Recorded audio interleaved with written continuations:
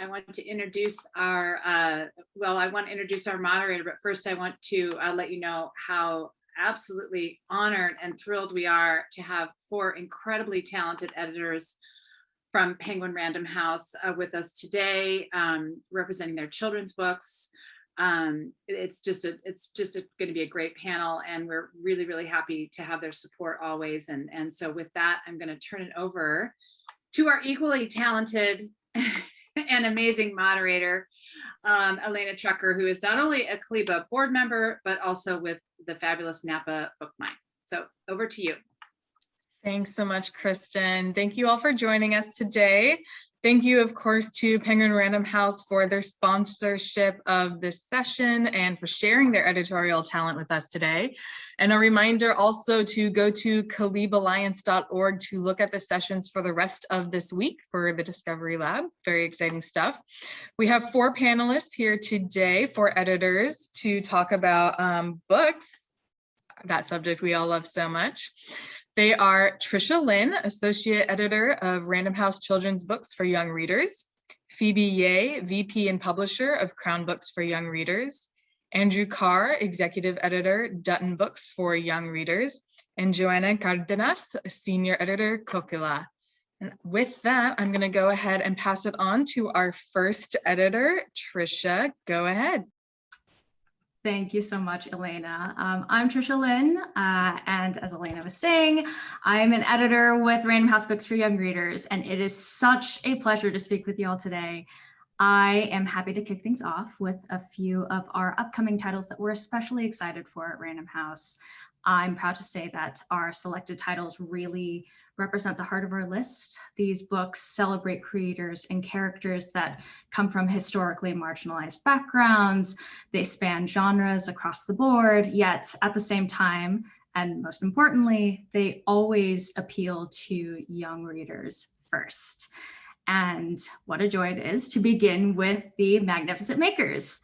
This chapter book series is a Sunshine State Young Reader Award nominee and a Kids Book Choice Award finalist. And it's just one of those important yet incredibly fun series that we're thrilled to grow and continue publishing. It has a huge STEM focus mixed with a touch of magical flair, and kids love following the characters from book to book as they go on various science-themed adventures. Each book in the Magnificent Makers series follows kids Violet and Pablo as they make their way back to the Maker Maze. This is a magical makerspace where kooky scientist Dr. Crisp accompanies the kids as they scale the levels of the Maker Maze and learn all about science. This is a modern day magic school bus for the chapter book reader. It's highly illustrated to maximize the visual draw for kids, and each book comes with 2 interactive science activities in the back matter. Kirkus Reviews called The Makers educational and entertaining. Booklist called the series fun and relatable, and everyone at Random House couldn't agree more. We received so much wonderful support on the first books in the series. Thank you. And this February, we are so excited to be publishing my personal favorite installment, The Magnificent Makers #5, Race Through Space. I love anything to do with outer space and celestial objects, and the timing feels perfect to take the makers and readers to the final frontier. The author, Dr. Theanne Griffith, is just a pro. She's a neuroscientist and assistant professor at UC Davis, which is right by the Avid Reader bookstore in Davis. And Theanne brings her science background so accessibly to the chapter book readership. With these books, Theanne wanted to exhibit representation that's as diverse as the world around us. And you'll see that this is carefully worked into the cast of characters across the series. And honestly, Theanne is one of those authors who seems to be able to do it all. She's a full-time working mother, in addition to being an author. And on top of it all, she takes every opportunity to interact with her readers. She loves doing events, and she's so good with kids. Her energy is contagious, and she delights in sharing her love of science with the next generation. And on the note of generations, I'd love to now tell you more about the next selection on our list. Maisie Chen's Last Chance by Lisa Yeh. Maisie Chen is our indie rep pick, and the Random House team is so excited to introduce this special middle grade to the world, where Maisie Chen goes to Last Chance, Minnesota to visit her grandparents and their family restaurant. This is a story of stories. It's a lovely culmination of all the stories that make up Maisie's family. These are tales that touch on the history of Chinese Americans, from the Transcontinental Railroad to San Francisco's Chinatown to Paper Sons, to the history of Chinese food and Chinese restaurants. There is just so much to this book. Though I also have the privilege of working with author Lisa Yeh, it was editor Shayna Corey who worked with Lisa on this book. And Shayna would be the first to tell you how Maisie Chen is just gorgeously written and is full of beautiful moments that will make you laugh and cry in the same sitting. Lisa Yeh taps into that evergreen middle grade sweet spot with this book. She delves into timely topics, including immigration and prejudice, while grounding them in Maisie's authentic kid perspective, and always balanced with Lisa Yeh's signature readable, accessible touch. Maisie Chen's Last Chance is perfect for anyone who loves Grace Lin and Tay Keller. In fact, Grace Lin herself described this read as powerful, and Tay Keller said that this book is a gift. In Lisa's own words, so many people of all races helped build America. I look at Maisie as a bridge, and this book is a tribute to Chinese American immigrants and all who have helped build America. Author Lisa Yeh is, of course, a kids' book veteran. She's published over a dozen books, including the critically acclaimed Melissa Min Girl Genius and the Superhero High series. But Maisie Chen is a departure for Lisa. This is more ambitious than any book she's written, and it's the story she's always wanted to tell. And Lisa isn't just a talented author. Anyone who's heard her speak is familiar with her public speaking prowess. I actually had the pleasure of presenting with Lisa years ago, and she is as much of a natural at events as she is with writing. Lisa has had her book launches at Vroman's Bookstore in Pasadena, a bookstore I actually grew up frequenting. So Vroman's in Pasadena holds a special place in both our hearts. California is important to Lisa, Maisie, and myself, and we're all thrilled to be bringing you Maisie's story this February. With that, I'd love to round out our selections from Random House Books for Young Readers with one of our most highly anticipated YA debuts this fall, Skin of the Sea. And what a treat it is to close out my section with this title. This is another book that came from a very personal place. When the author, Natasha Bowen, was a child, her favorite story was The Little Mermaid by Hans Christian Andersen. Natasha used to read it over and over again, convincing herself that it was all real life.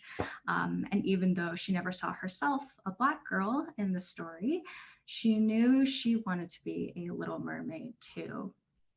Thus, Skin of the Sea was born, where we follow Simi, a mermaid who saves the souls of the enslaved. But when Simi saves a life instead of a soul, she defies the very laws of nature and invites the wrath of the gods.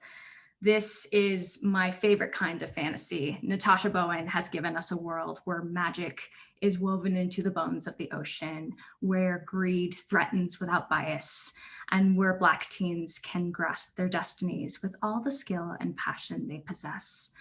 Simi's story speaks to a universal journey of finding your place within your heritage, the larger world, and the fate you decide for yourself. Natasha crafted an inspiring epic that doesn't flinch from a painful period of history, yet celebrates the sheer breadth and beauty of African culture. Simi's journey is both escapist and important, immersive in its magical world, yet grounded in our own history, and it is really something special. Skin of the Sea goes on sale next week and continues to rack up buzz. We're thrilled that this is an Indies Introduced pick, an Indie Next pick, and a Publisher's Weekly Best Book of the Year, and has also received 3-star reviews. Nicola Yoon called this one of the most epic and original fantasies she's read. and Namina Forna described it as engrossing, thought-provoking, and beautiful. The love and excitement for this book just keeps building. Readers are ready for Black Mermaids, and Natasha Bowen is delighted to deliver. Everyone who's worked with Natasha on my end or has gotten to see her speak is familiar with her gracious, down-to-earth attitude. Natasha is one of those dream authors. She is both a rising star and just a gift to work with. In fact, you can find Natasha in conversation with Nicola Yoon at the virtual book launch for Skin of the Sea next Tuesday at 3 p.m. Pacific. And with that, The Magnificent Makers, Maisie Chen's Last Chance, and Skin of the Sea, that sums up our selections from Random House Books for Young Readers. Thank you all so much for listening and for the chance to talk to you all about some books we're excited for. And now I can turn it over to my good friend Phoebe to speak to a few of Crown's amazing titles.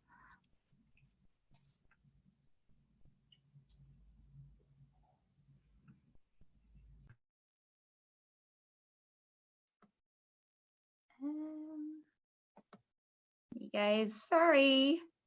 Let me try again.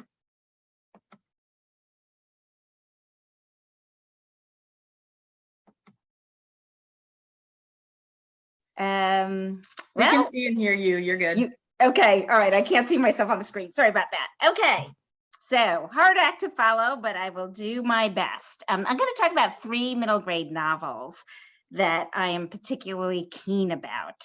One of the reasons why I love this age genre so much is my all-time favorite book growing up was Anne of Green Gables. I read that book religiously every year after year. I would read and reread Anne of Green Gables. And that's actually what I try to do in my acquisitions. I try to find an author who has a memorable voice, something that makes me go back over and over again, something that I think kids and readers will want to go back. And all 3 books I'm going to talk about are different, but they are all funny. They all have strong voice, very, very memorable characters, and a way for readers to connect. Even though one is set in the Middle Ages, which is a very different time from how we live now. Okay, let's start with Swag. Some of you may already know Kelly's work, starting with her winning short story in Flying Lessons, which then led to her very first novel, Isaiah Dunn, all about the young child poet. But in Swag, we're going to meet a new kid, Xavier. He prefers to be the spectator, but this year things are going to be different. He's trying out for Scepter League. That's an after-school club for the elite and the most confident boys at school, but that is not who Xavier is. So this is very, very aspirational. And what he has to figure out is, where does true swag come from? Is it funky socks? Is it the letters from his somewhat eccentric great uncle? Is it sewing class? And yes, Kelly made him the only boy in sewing class. In every book Kelly writes, she wants the readers to understand that there's a story behind the story, a backstory that is worth learning about. There's family, friends, school, community, warts and all. What Xavier's going to do, though, is he has to figure out once and for all how to become his own person. Swag is the first of 4 middle grade novels we acquired by Kelly because we believe she has such a long career ahead of her. And I think you will find this is going to be the quintessential book club discussion read, a classroom read. It's just so full of personable characters, starting with Xavier. I asked Emily Bruce to share Kelly's ARC letter with all of you so you can have the inside scoop directly from Kelly. Xavier lists, but that's not a big thing in the book, but Kelly lisped as a child. And there are other inspirations that she shares in this very moving letter.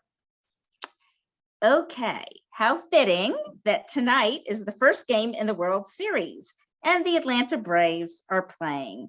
Who lives in Atlanta? Our own Nick Stone.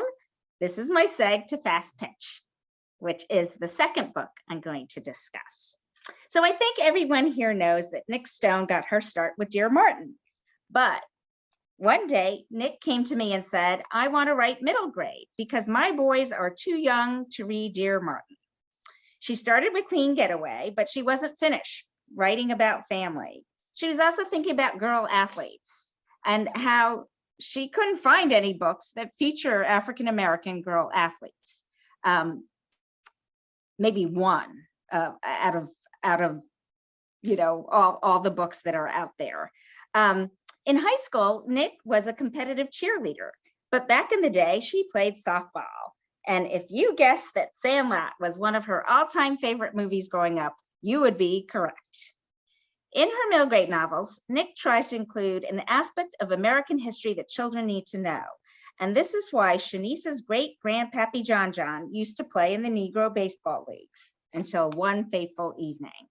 Years later, really decades later, our heroine Shanice, the captain of the first all-Black girls softball team, has a mystery to solve. Or should she go after the championship? Nick wrote Fast Pitch during COVID. What kept her going? Wanting to write about what she wasn't seeing in the literature, wanting to stay connected to her readers, to respect them, to eavesdrop on their conversations, listening to what they say and how they say it, wanting readers to have a sense of tradition and history, wanting them to know that they are not alone, that there is someone in their corner, wanting them to know where they come from, and wanting to include teachable moments in a painless, entertaining way. For her virtual launch, Nick was in conversation with Christopher Paul Curtis, sponsored by Salt Eaters, a new California indie bookseller. Then she was in conversation with Jerry Kraft, online via Brave and Kind out of Decatur. I promise you will not have screen fatigue if you watch these two segments. But if you'd rather read something, I've asked Emily to share Nick's moving fast pitch arc letter with all of you when she explains what it was like to write during COVID. Okay, last but not least, let's talk about an illustrated hybrid novel by Lincoln Peirce. So the inside scoop is that Lincoln and I go way back. I acquired his first Big Nate books. We are very, very attached at the hip. And when I got to Crown, Lincoln was going to continue working with me, but he wanted to do something way different. So different that the book would feature a girl and it would be from a different century. It would give him a chance to draw different things like armor, castles, gargoyles, dragons. And then when he was writing the very first book, I'm just going to give you a little history about Max. Hillary Clinton was running for president, and Lincoln's daughter was pursuing a career in astrophysics, which is not a field where many women are represented. So this was very much on his mind when he decided that Max, her future aspiration, should be wanting to be a knight. In book 2, Max gets cold feet. Maybe some of you know this already because you've already read Max 2. Knighthood is not what she expects. And she's fending off bodkins, trying to save her homeland, and of course, making readers laugh out loud on every page. Book 3, we have to go back to the past in order to move forward. And always, if you switch back to that very first piece of art, the Dear Reader letter, Nate always sets the stage for a Max book. And spoiler alert, if you read book 3, there will be another Nate sighting. There will also be mystery. One of the reasons these interior pages we've shared with you, they show Max asking about her past, they give you a little hint, she's going to be traveling back in time. This I did not know until recently, but he was very inspired by Harry Potter and the Prisoner of Azkaban for this third book. So Max is going to have a double. The Midnights are back. There are going to be new props, new characters, a lot more backgrounds. And he does this because he just wants things to be as fresh and as funny as possible. In fact, that is always my edit note to him. Should it be funnier? Can we make this funnier? There will be trolls. There will be 2 kings, pirates, a whale. Bruce the Dragon comes back. This is one of the only books where the author actually sends me a chapter at a time. And this is so that Lincoln can keep up with his Big Nate comics and his TV show. And if you are guessing that one day there might be a Max show, you would be correct. But for now, after writing for 9 months, illustrating for a year, 4 to 8 hours per drawing times 1,000 while listening to the Red Sox, sadly, no more Red Sox games. Finally, you will learn why Kevin is a cat. Who is Cap and Scab? Why does Max have a double? Will kids want to read and reread Max 3?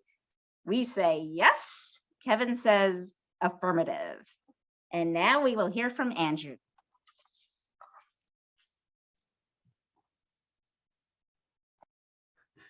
Thank you, Phoebe. And thank you, booksellers, for this chance to talk about some of Dutton's upcoming titles. I'm really grateful for this opportunity. I'm going to start off with Evie Zuboy. And since her first novel came out over 5 years ago now, Evie has cemented herself as a singular voice in children's literature.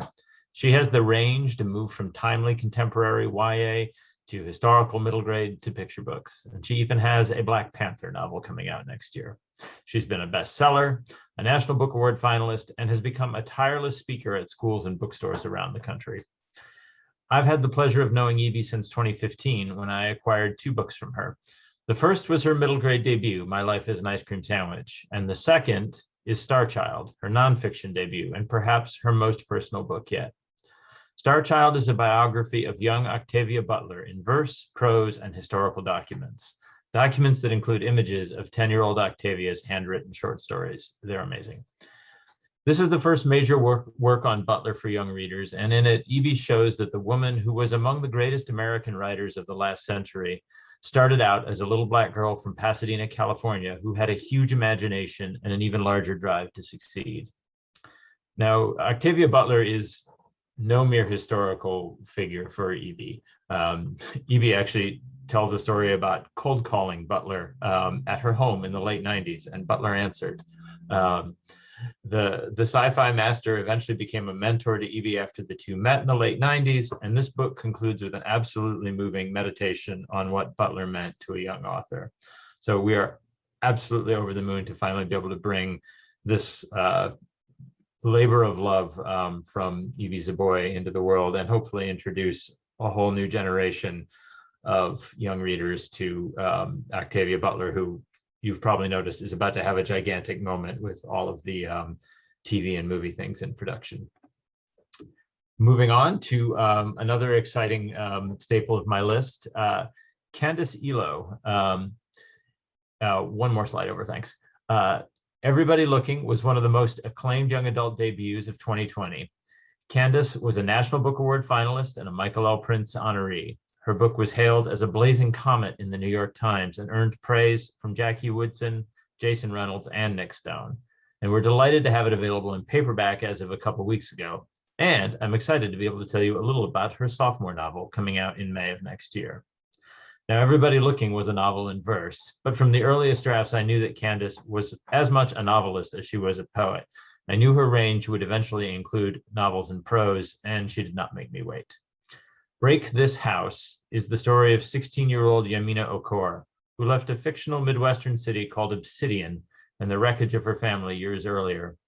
She and her father have made lives for themselves in Brooklyn, and she thinks she's moved on to bigger and better things. She thinks she's finally left behind that fading city she would rather forget.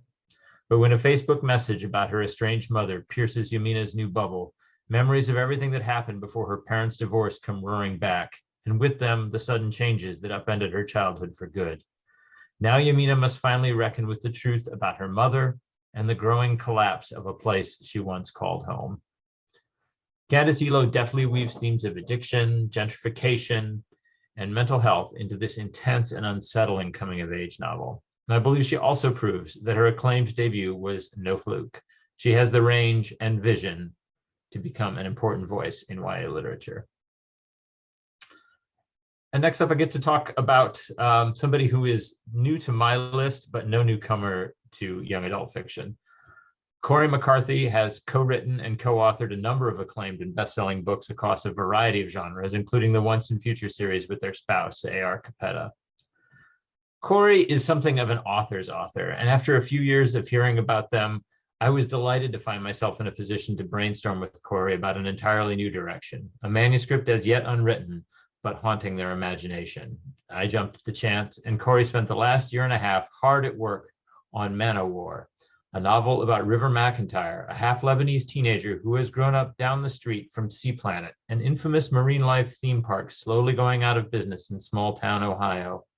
When a chance encounter with a happy, healthy queer person on the annual field trip to the park lands River literally in the shark tank, River must admit the truth. They don't know who they are, only what they've been told to be. This sets off a wrenching journey of self-discovery from internalized homophobia and gender dysphoria through layers of coming out, affirmation surgery, and more.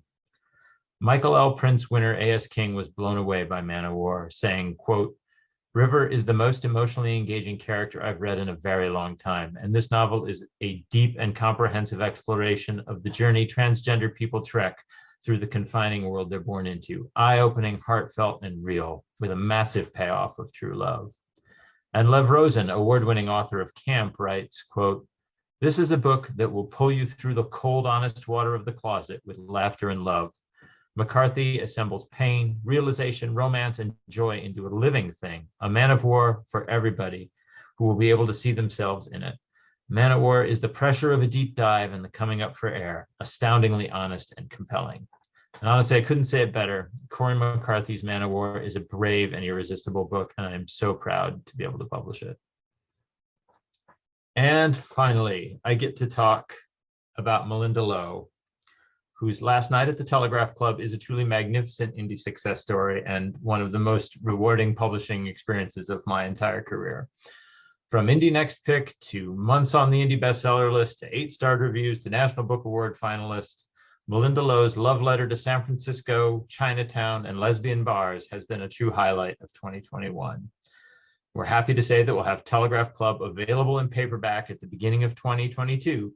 And in the back of that paperback, readers will find a teaser for Melinda's next novel called A Scatter of Light, which is a companion novel to Last Night at the Telegraph Club. In the new book, we meet Aria Tang West, a Chinese-American teenager from Massachusetts who had plans for her summer before college. Then an ill-advised party hookup with a forgettable boy ends up with non-consensual topless pictures on Tumblr, and Aria quickly finds her invitation to Cape Cod retracted and her flight to Marin County to stay with her grandmother booked. But the summer of 2013 in the Bay is a momentous one for Aria, for the working class queer community she finds herself in, and for her artist grandmother. It's the kind of summer that changes a life's trajectory forever. Set against the backdrop of the first major Supreme Court decisions that brought marriage equality to the United States, Aria's coming-of-age story is deftly entwined with a poignant note of closure for Lily and Kath, the stars of Last Night at the Telegraph Club. Fans will find a lot to love and to ponder as Melinda extends Lily's family's story into a new generation. And that's all from me. Thanks for the chance to tell you about some of the authors I'm lucky to work with, and I will pass the mic to my colleague, Joanna Cardenas. Thanks, Andrew. Hello, everyone. I'm senior editor at Kokila, and Kokila is a mission-driven imprint dedicated to centering stories from the margins. We are the home of Hair Love, Anti-Racist Baby, Patron Saints of Nothing, and hopefully more of your future favorites. And to that end, let's talk about some upcoming books that we're very excited to share with you. The first is Kings of Bmore, but let me back up a little bit. So R. Eric Thomas has probably already made you laugh. If not on Twitter, then through his columns on Elle.com, then surely through his adult book, Here For It. It's an essay collection that was a Today Show book club pick, a national bestseller, and a Lambda Literary Award finalist. Or maybe you met him at your store while he was on tour for that book. He loves independent bookstores. He's just hilarious and thoughtful, and to know him is to love him. So I'm excited to introduce him to a whole new swath of readers.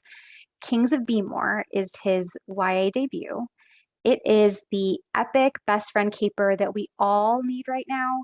I want you to think about book smart, but something that Eric felt really strongly about showing is what a day of shenanigans and a grand farewell looks like for two queer Black friends. So our stars are Harrison Meredith and Linus Monroe. They're 16, they're starting junior year in the fall, and they're kind of freaking out because they're on the brink of adult life, all caps. And Harrison's only comfort is knowing that Linus will be there to go through all of this stuff with him. But of course, Linus reveals a secret that he's been holding on to all summer, which is that he's moving out of state by the end of the week. So after watching a cheesy family movie night pick, Ferris Bueller's Day Off, Harrison decides to plan a similar gesture, just like in the movie, to honor his favorite person. So they end up on a mini road trip to DC so Linus can kiss his crush Dario, and then to the Black Smithsonian when that doesn't quite work out the way they planned. They end up at Pride back in Baltimore, which is their first time attending, and dancing away their anxieties at a rooftop party. And all of this while coming up with a very elaborate decoy plan to keep their respective parents, who track them on a family location app, off their trail. So it's a messy day, but it is a big day of doing all the things big and small that they're too scared to do.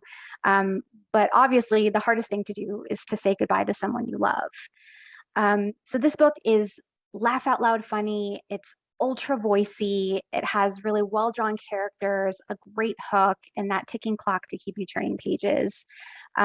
There are so many books, as you know, that are great at guiding readers through romantic relationships and breakups.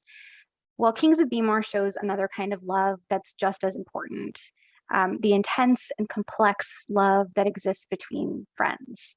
It's really a beautiful tribute to all the kinds of supportive systems that are especially formative for queer teens.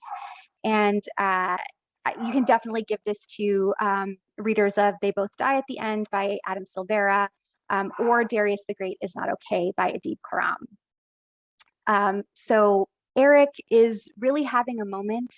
The paperback for Here For It just came out last month. Eric is a playwright, so he's got 3 productions premiering in the first 6 months of 2022. We've got Kings of Bmore in May, and then he's got 2 adult books lined up for 2023 and 2024. So there's some crossover audience here that we're confident will come to this book. And Eric is especially eager to partner with you all on connecting with teens. So PRH is all in for Eric, and we'll have ARC soon to share, and I really can't wait to hear what you think about it. The next title is by Celia C. Perez, and you'll know her from The First Rule of Punk. Her backlist is beloved by schools and libraries, championed by her peers. Newbery medalists Rebecca Stead and Meg Medina blurbed Strange Birds. And most importantly, her backlist is cherished by kids. So I've worked with Celia across 3 books, 2 imprints over 5 years. And, you know, she continues to evolve as an artist while remaining firmly rooted in what's important to her, which is honoring the interior lives of girls. Tumble is giving me serious punk vibes in the best way. It's got a smart protagonist, a peek at a really cool subculture, a strong sense of place, and a vibrant ensemble cast. So our leading lady is 12-year-old Addie Ramirez, and she's pretty much a walking Wikipedia page, always has the perfect random fact to whip out, whether it's solicited or not. And she's fascinated by Greek myths and origin stories, and that's probably because her origin story is a little bit murky. So when she finds a photo of a man wearing a leather jacket among her mom's things, Addie knows that this is her biological father, and she wants answers. So, you know, her questions feel a little bit more urgent too at this point in her life, because her stepdad proposes adoption. So she gets her Nancy Drew on, and her sleuthing leads her to a New Mexico ranch in the next town over that's owned by the Bravos. And they're a family of legendary luchadores.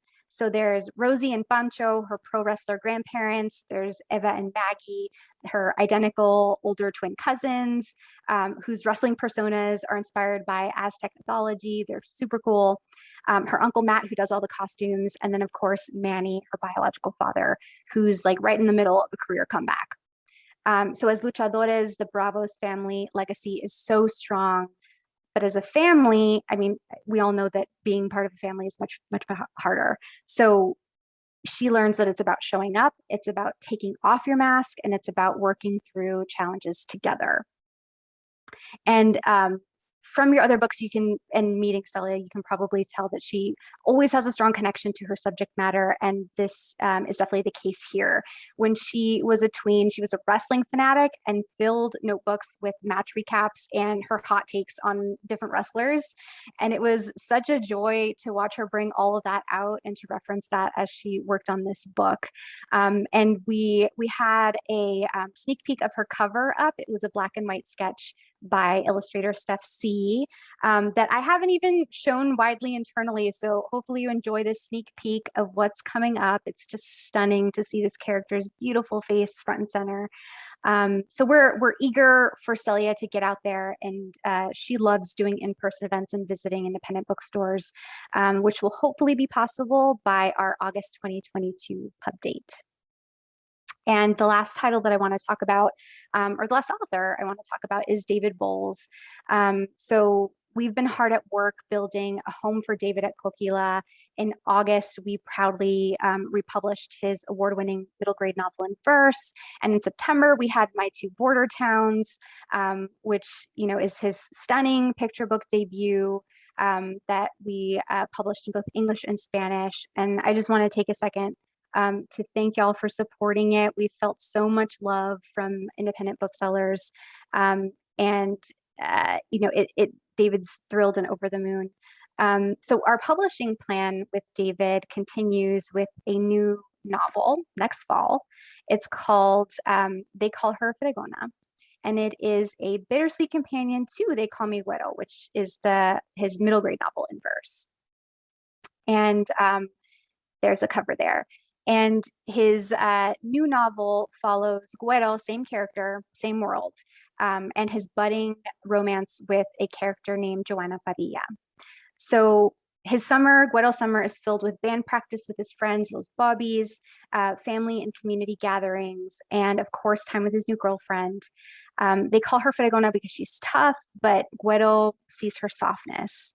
They cook dollar store spaghetti together and hold hands in the orange grove and learn about each other, just new things each day. But when they start the 8th grade, Joanna faces a tragedy that she's always feared. Her father is detained and deported to Mexico. So in this moment, GWERO must reconsider what it means to truly show up for someone you love. And if you've read any of David's work, you know that he's exceedingly good at capturing the emotional complexity of young boys. And you can give this book to readers who loved The Epic Fail of Arturo Zamora, which is, another smart, heartwarming first love story from the perspective of the Latino boy. And like My Two Border Towns and pretty much all of David's work, David leads with joy without shying away from ugly realities, like this country's immigration policy and how it separates families and communities. And all of this is explored through his award-winning poetry for this book. So this one's a little bit further out, releasing fall 2022, but I promise it'll be worth the wait. And that's it for Kokila.